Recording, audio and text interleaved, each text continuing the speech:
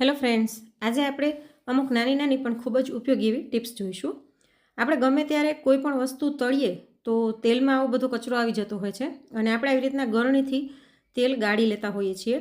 એમાંય જો bread crumbs લગાડીને કંઈક ટીકી કે એવું તળ્યું હોય ને તો બ્રેડ ક્રમ્સ ઘણા બધા તેલની અંદર આવી જતા હોય છે અને પછી આપણે ગમે ત્યારે તેલ આવી રીતના ગરણીમાં ગાળીએ ને તો મોટો પાર્ટિકલ્સ હોય ને મોટા એ તો નીકળી જાય છે, પણ આવી રીતના નીચે આવું કાળું કાળું થઈ જતું હોય છે. ઓઇલ એકદમ સરસ સાફ નથી થતું. તો એના માટે આજે હું એક ટીપ બતાવીશ. અહીં મેં તેલને પાછું કડાઈમાં નાખી દીધું છે. હવે આપણે ગરણીમાં આવી રીતના આ કપડું રાખી દઈશું. આ જે આપણે પાટો વીંટવાનો આવે ને એનું જ પાટો હતો એને મેં આવી રીતના બે વડો કરીને લઈ લીધો છે. તમારી પાસે પાટો ન હોય ને તો તમે કોટન રૂ હોય એ પણ રાખી શકો છો. રૂને વ્યવસ્થિત આવી રીતના ફેલાવીને ગરણીમાં રાખી દેવાનું અને પછી એની ઉપર તેલ ગાળવાનું. આવી રીતના કરવાથી મોટા પાર્ટિકલ્સ તો નીકળી જ જશે, પણ સાથે સાથે જે એકદમ ઝીણું ઝીણું પાર્ટિકલ્સ હશે ને એ પણ બધા જ ગળાઈ જશે અને તેલ આપણને એકદમ સરસ ક્લિયર મળશે. તો આ એક ખૂબ જ ઉપયોગમાં આવે એવી ટીપ છે. તમે જોઈ શકો છો કે હવે તેલમાં નીચે બિલકુલ પણ કચરો નથી. હવે પછીની નેક્સ્ટ ટીપ છે, આપણે ગમે ત્યારે ચા ગાળવાની ગરણી થોડા ટાઈમે આવી રીતના એમાં બધું ભૂકીને બધું ફસાઈ જતું ભરાઈ જતું હોય છે.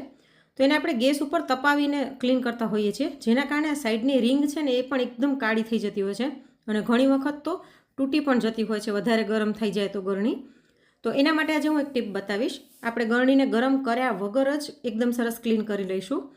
જેના માટે અહીં મેં એક ઈનોનું પાઉચ લીધું છે, તેને આની ઉપર નાખી દઈએ અને હવે આપણે આની ઉપર વિનેગર નાખીશું. આપણે જે ચાઇનીઝ વસ્તુઓમાં નાખતા હોઈએ છીએ એ જ વિનેગર મેં અહીં લીધેલું છે. લગભગ 3 થી 4 ચમચી જેટલું મેં અહીં એડ કર્યું છે. તમારી પાસે વિનેગર ન હોય તો તમે લીંબુનો રસ પણ એડ કરી શકો છો.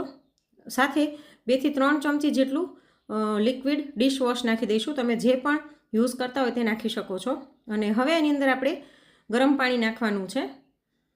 ગરણી બંને ડૂબી જાય એટલું આપણે ગરમ પાણી લઈશું અને આને થોડી વાર આપણે આવી રીતના બંને સાઈડ આખી ગરણી ડૂબતી નથી એટલે હું આવી રીતના થોડુંક ફેરવતી જઈશ અને તમને અત્યારે જ બતાવી દઉં કે હજી તો આપણે નાખ્યું જ છે ત્યાં જ જો ગરણી કેટલી ક્લીન થવા લાગી છે.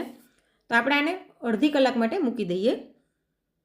તો જો અડધી કલાક પછી તમે જોઈ શકો છો કે પાણી કેટલું કચરાવાળું થઈ ગયું છે, મેલું લાગી રહ્યું છે અને ગરણી લગભગ ચોખ્ખા જેવી થઈ ગઈ છે.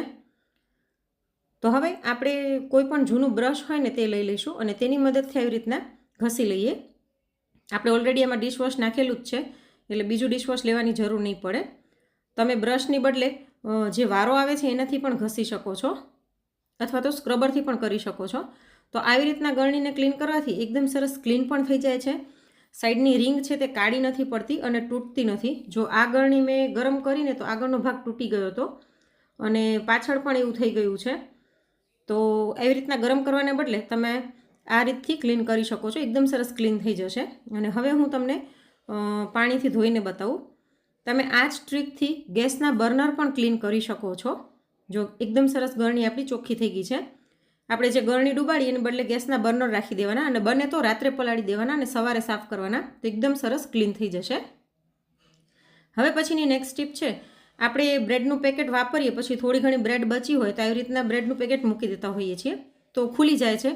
અથવા તો ઘણીવાર રબર ભરાવી દેતા હોઈએ, પણ ઘણી વખત એવું થાય કે રબર પણ ઘરમાં નથી મળતું અને ક્લિપ પણ નથી, તો શું કરવું?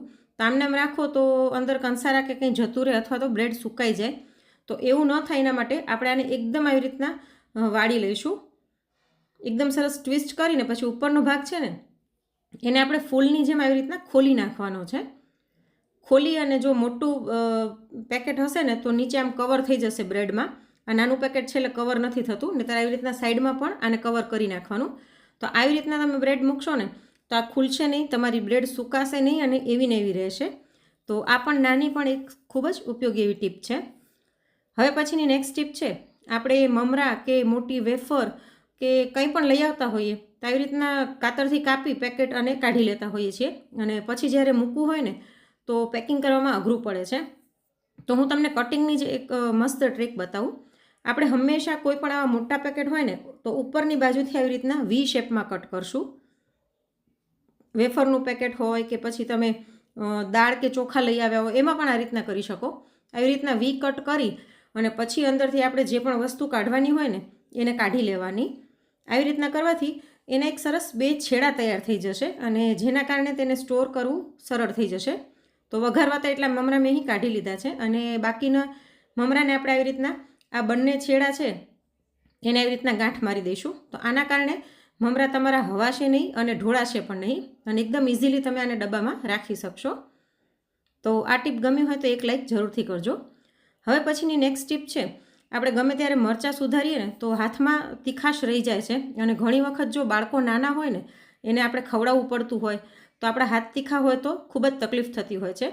તો એના માટે ખાસ કરીને જેને નાના બાળકો હોય ને એને આવી રીતના કાંટા ચમચી ભરાવી અને મરચાંને કટ કરવાના. તમે દાળ શાકમાં ગમે એમાં મરચાં નાખવા હોય તો આવી રીતના સરળતાથી અને ઝડપથી કટ કરી શકશો અને તમારા હાથ બિલકુલ તીખા નહીં થાય, જેથી નાના બાળકોને તેડવા એમને ખવડાવવા તો એકદમ સરળ થઈ જશે. તો આ પણ એક ઉપયોગી ટીપ છે. અને બીજી એક ટીપ છે, આવી રીતના વુડન ચમચી જે આવે છે એ અથવા તો પ્લાસ્ટિકની ચમચી આવી રીતના અંગૂઠામાં રબરથી ભરાવી દેવાની અને પછી ચાકુની મદદથી તમે કટ કરી શકો છો. શરૂઆતમાં તમને એમ થશે કે આ નથી ફાવતું, પણ પ્રેક્ટિસ તમે કરશો ને તો ધીમે ધીમે ફાવી જશે. તો આવી રીતના કટ કરશો ને તો અંગૂઠામાં કાપા પણ નહીં થાય અને સાથે જ તીખાશ નહીં લાગે હાથમાં. તો ખાસ કરીને નાના બાળકો હોય એવી મધરને તો આ ખૂબ જ ઉપયોગી ટીપ છે. હવે પછીની નેક્સ્ટ ટીપ છે લસણને ફોલવા માટેની.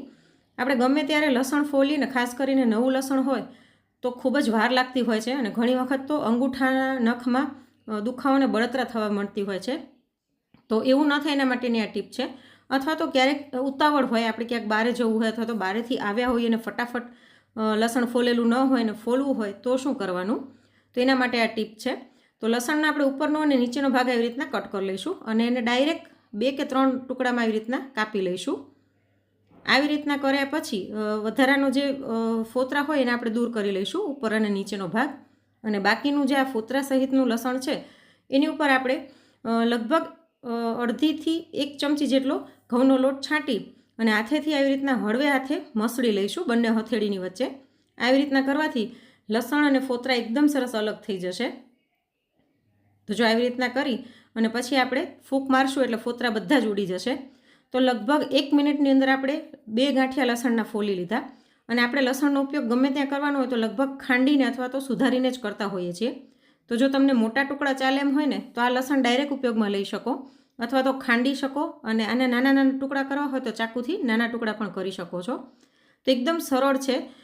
તમે જોઈ શકો છો કે 2 ગાંઠિયા હતા, 2 ગાંઠિયા મેં 1 મિનિટમાં સુધારી અને ફોલી પણ લીધા.